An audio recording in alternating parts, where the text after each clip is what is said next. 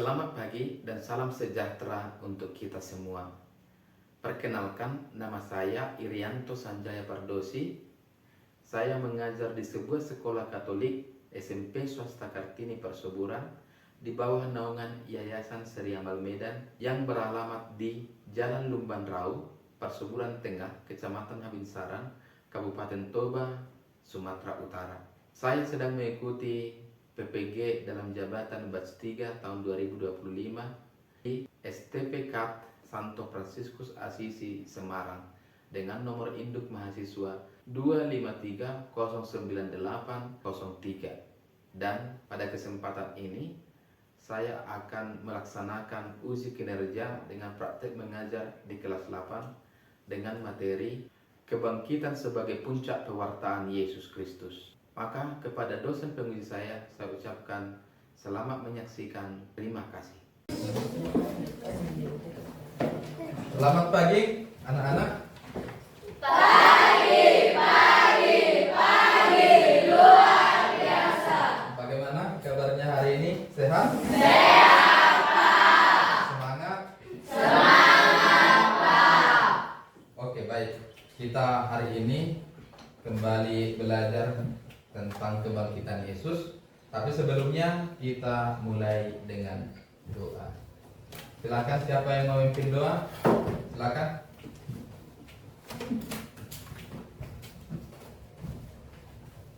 Kita ambil sikap yang baik untuk berdoa. Teman-teman ambil sikap berdoa, mari kita bersama dalam doa. Terima kasih Bapak, terima kasih Yesus atas berkat penyertaan yang masih bisa kami rasakan hingga pada hari ini. Lagi saya sapa, selamat pagi. Pagi, luar biasa. Apakah semua hadir? Hadir, Pak. Kalau semua hadir, kita berdiri dulu untuk memulai pelajaran kita. Kita bernyanyi Aku Bangga Jadi Anak. Kita buat gerakannya, ya. Kita bernyanyi dengan semangat.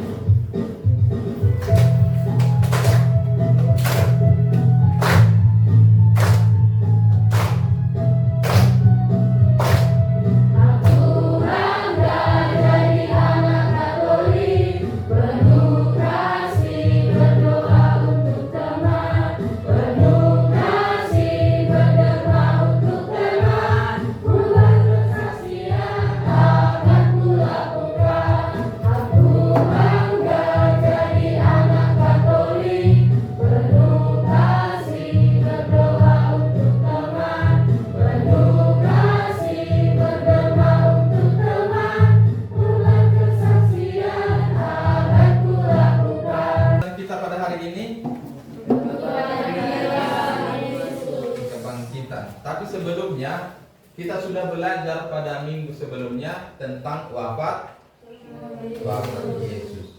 Wafat Yesus itu kita rayakan pada hari Jumat Agung, ya kan? Ya. Dan setelah apa yang terjadi setelah wafat Yesus? Yesus bangkit pada hari ketiga. Nah, itulah yang mau kita lihat pada hari ini. Apa yang terjadi pada kebangkitan Yesus? Nah, lalu apa yang menjadi nilai atau makna yang dapat kita petik dari kebangkitan Yesus? Nah, apa tujuan pembelajaran kita untuk kali ini? Adapun tujuannya adalah pertama tentang peristiwa kebangkitan. Kita diharapkan sama-sama membaca mampu memahami peristiwa kebangkitan Yesus dalam kitab suci, yaitu dalam Markus 16 ayat 1 sampai 8. Nah, pada pelajaran ini juga nanti akan kita lihat apa itu bukti kebangkitan. Maka kita mampu menyebutkan bukti-bukti kebangkitan Yesus dari Injil yang berbeda. Lalu tujuan pembelajaran yang berikutnya dari makna teologisnya, apa yang mau kita dapatkan? Memahami makna teologis kebangkitan Yesus dari iman Katolik. Dan yang keempat, nah, maka ada dua pertanyaan ini. Coba siapa nanti yang bisa menjawab, silahkan tunjuk tangan ya.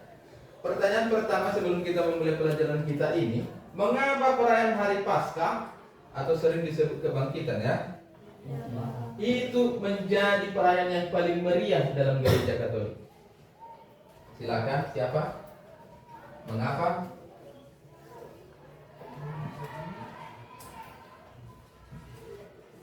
Ya, Gloria. Karena hari Paskah menunjukkan tanda keselamatan. Karena hari Paskah adalah hari keselamatan.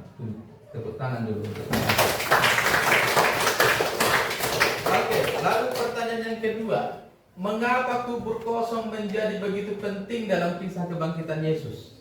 Ya, si Venesia. Karena kubur kosong menjadi salah satu bukti dari kebangkitan Yesus. Iya, yang bisa membuktikan kebangkitan Yesus adalah salah satunya kubur kosong. Tepuk tangan dulu.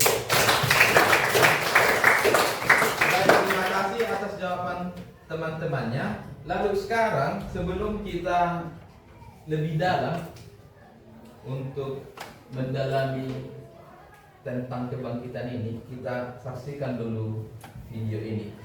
Nanti kita lihat apakah ada kaitan video ini dengan kisah kebangkitan yang akan kita pelajari hari ini, ya.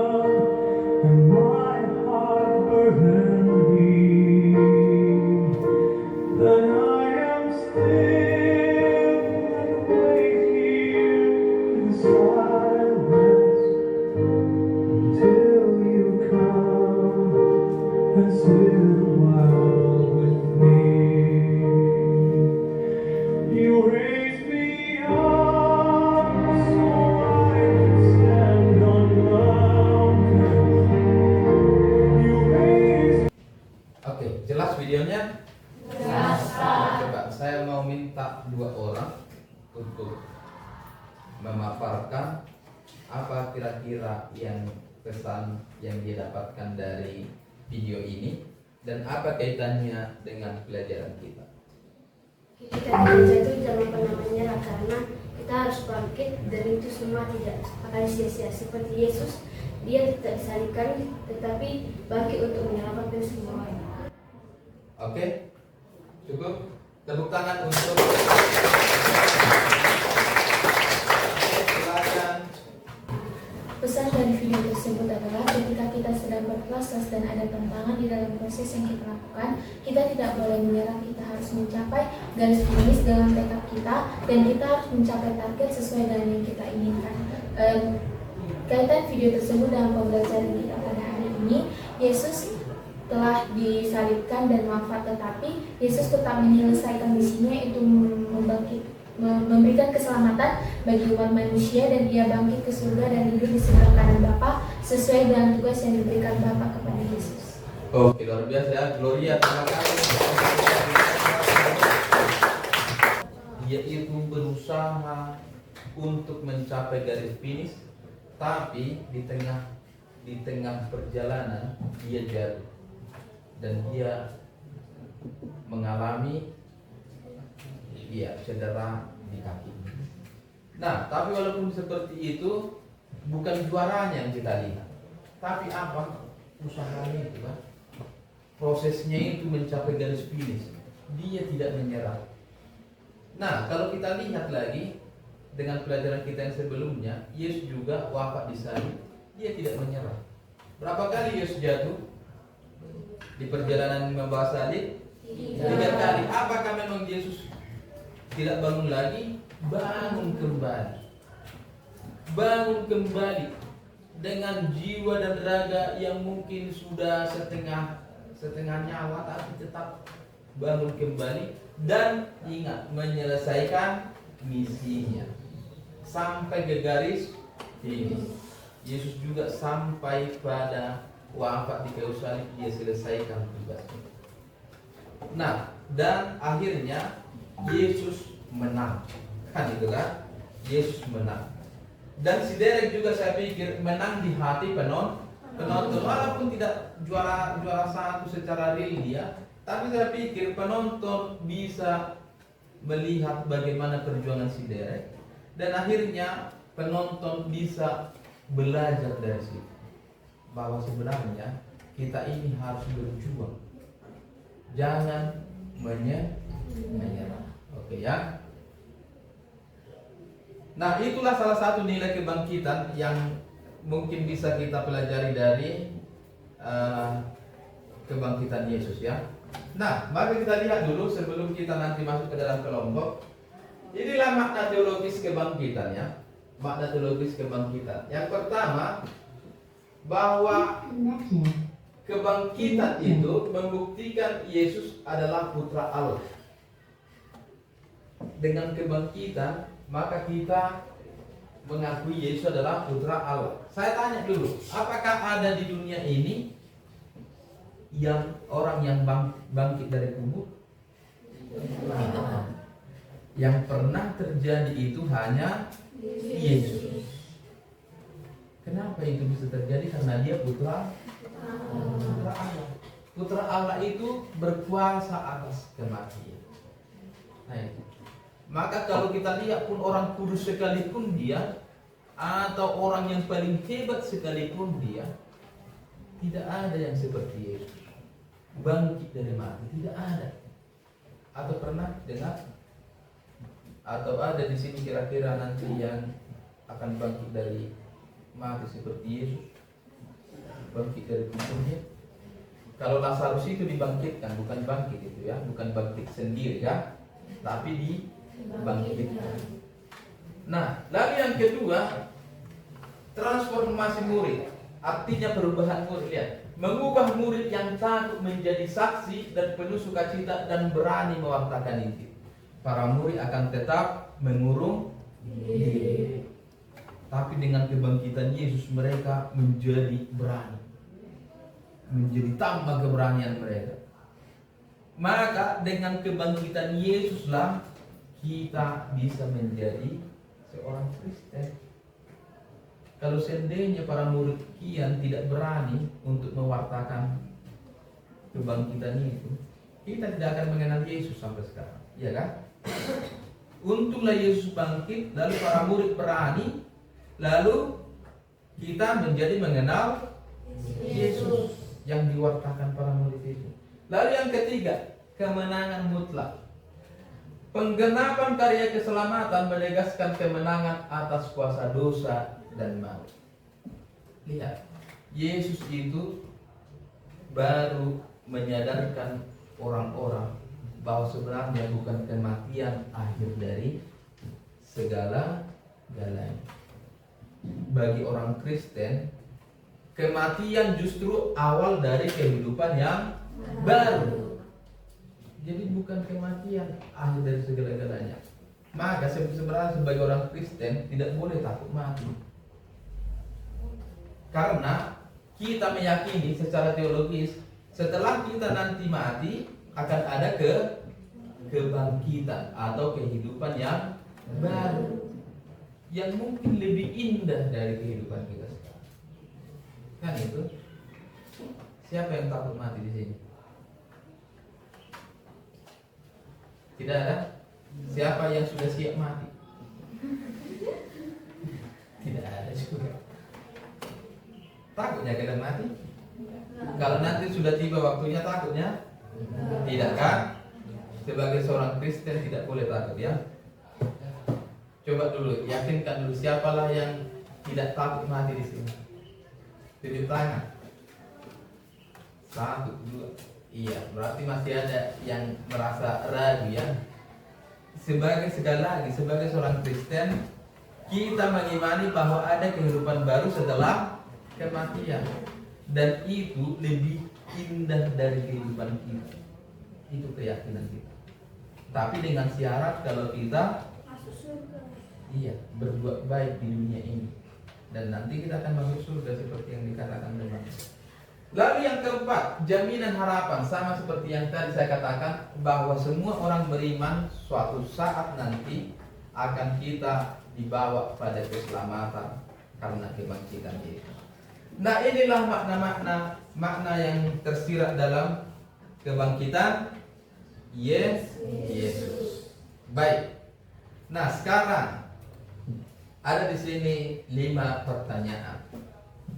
Coba secara mandiri boleh kamu kerjakan di buku masing-masing 5 pertanyaan ini. Saya berikan waktu, bisa ya, 10 menit ya. Bisa kan? Iya. Silakan kerjakan 5 pertanyaan. Sebelumnya kita tepuk fokus dulu ya. Dimaksud semangat ya. Tepuk fokus. Melihat, mendengar, mengingat, fokus. Oke, silakan.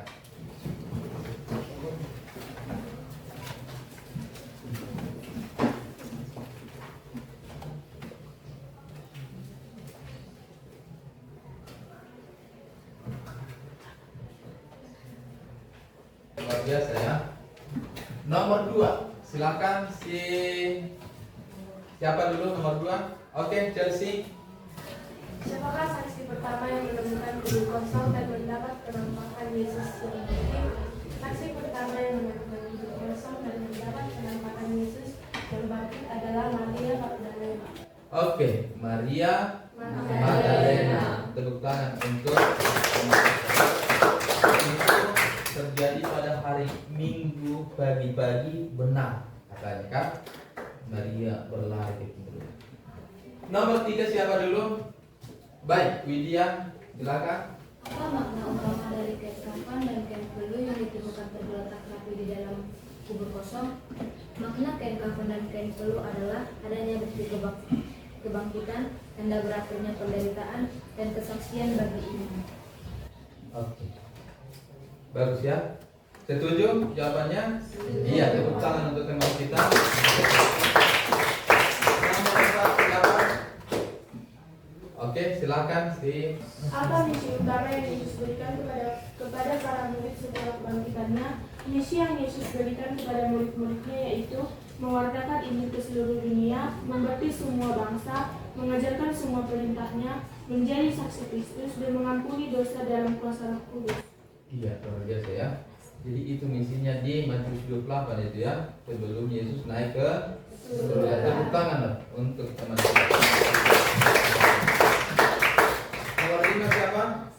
Baik, Cynthia silakan. Bagaimana kebangkitan Yesus memberi jaminan dan harapan bagi kebangkitan dari orang beriman dari zaman dengan membuktikan bahwa kebangkitan Yesus adalah bukti nyata bahwa maut telah dikalahkan dan Dia memiliki kuasa atas hidup dan mati. Oke, luar biasa ya. Tepuk tangan untuk teman kita. Nah, dari pengakuan iman juga ini terdapat ya, nomor 5 ini ya, bahwa ada kebangkitan setelah kematian. Itu kata kehidupan kekal. Iya kan, dalam aku percaya kan? Iya. Itu kita imani. Baik. Nah, sekarang kita belajar dari kitab suci. Coba untuk kelompok nanti, mulai dari sini kelompok 1, kelompok 2, kelompok 3, kelompok 4, 5, 6, 7. Ya, kelompok 1 mana? Kelompok 2, kelompok 3, 4, 5, 6, 7. Baik, kelompok 1 dan kelompok 5. Coba buka Markus 16 ayat 1 sampai 8. Kelompok 2 dan kelompok 6. Coba buka Matius 28 ayat 1 sampai 10. Kelompok 3 dan 7. Coba buka Lukas 24 ayat 1 sampai 12. Dan kelompok 4 Yohanes 20 ayat 1 sampai 18. Boleh dibuka. Dan setelah masuk mereka tidak menemukan mayat Yesus. Sementara mereka berdiri termangu-mangu karena hal itu, tiba-tiba ada 2 orang berdiri dekat mereka memakai pakaian yang berkilau-kilau. Mereka sangat ketakutan dan mereka menundukkan kepala. Tetapi kedua orang itu berkata kepada mereka, "Mengapa kamu mencari dia yang hidup di antara orang mati? Ia tidak ada di sini, ia telah bangkit. Ingatlah apa yang dikatakannya kepadamu ketika ia masih di Galilea, Yaitu bahwa anak manusia harus diserahkan ke tangan orang-orang berdosa dan diselingkuhkan, dan akan bangkit pada hari yang ketiga." Maka teringatlah mereka akan perkataan Yesus itu. Dan setelah mereka kembali dari kubur, mereka menceritakan semuanya itu kepada ke-11 muridnya dan kepada semua saudara yang lain. sedangkan perempuan itu ialah Maria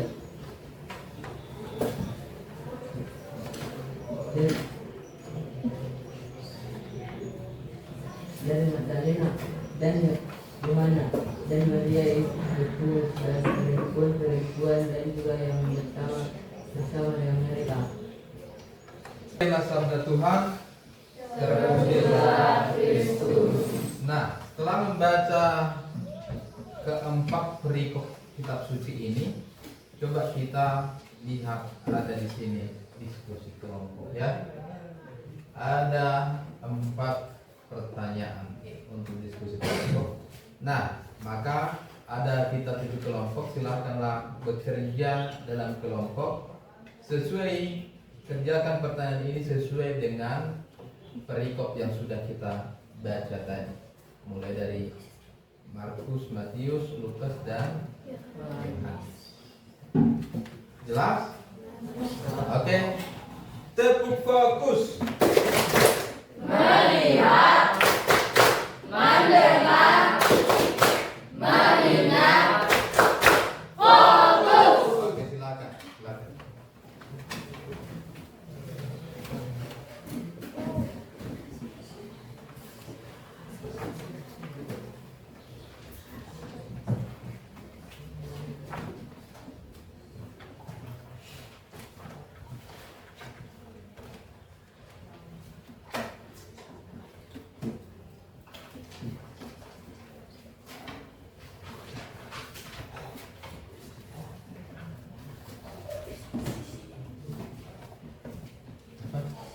Iya.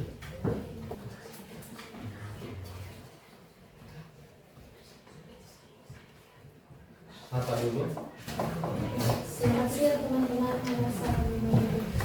Siap, siap, siap, semangat. Orang salam Naguri. Kami dari kelompok 6 akan mempresentasikan hasil diskusi kami. 1. Jelaskan siapa saja tokoh utama yang pertama kali datang ke Yesus pada hari Minggu pagi menurut Injil. Kemudian sebutkan setidaknya 2 tokoh yang berbeda dari Injil akan dikatakan. Dan apa reaksi awal mereka setelah menemukan tubuh-tubuh tersebut.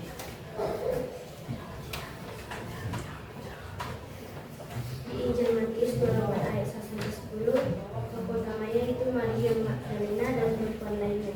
Di Injil Yohanes 20 ayat 1-10, Petrus dan Yohanes. Reaksi mereka ialah kebingungan dan ketakutan.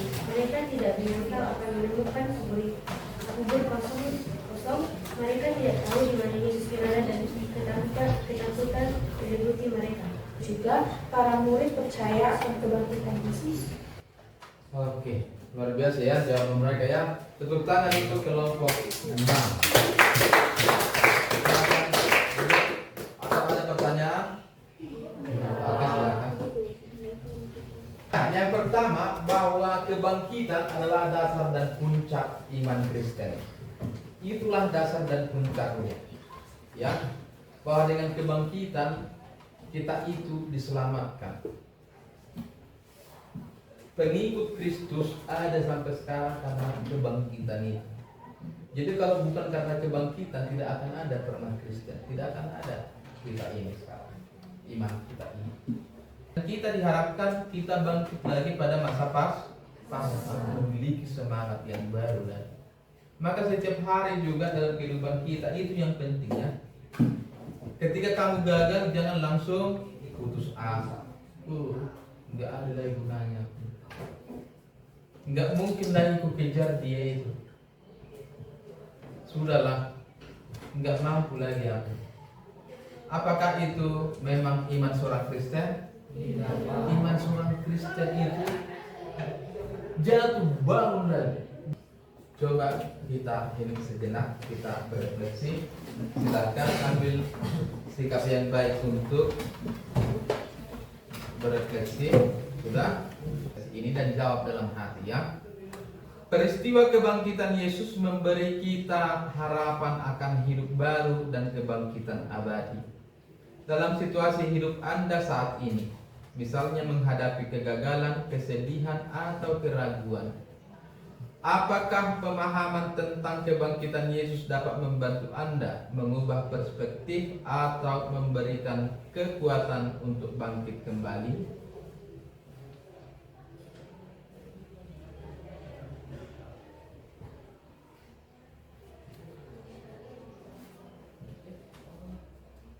Para murid diutus oleh Yesus yang bangkit untuk menjadi saksinya kepada dunia. Kristus bangkit, Kristus mulia, mari kita wartakan, yang jahat dikalahkannya, mari kita wartakan, mau dihancurkannya, Kristus pemenang jaya. Dalam duka ada suka, mari kita wartakan. Dalam maut ada hidup, mari kita wartakan. Oke, silahkan duduk.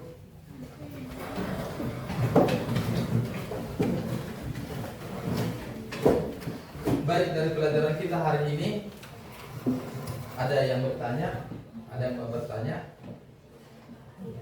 Tidak? Baik, ada yang sulit dipahami? Tidak, Pak. Sampai di sini terang? Terang. Kalau seperti itu, kita cukupkan pelajaran kita hari ini. Ya, kita tutup dengan berdoa. Silakan.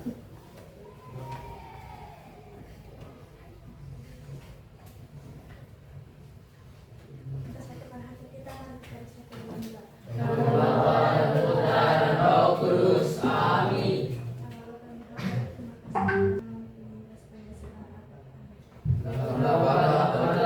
Roh Kudus, amin. Oke, terima kasih atas kesediaan untuk berpartisipasi pada hari ini. Selamat siang. Siang, siang, siang, semangat. Horas salam Imago Dei. Horas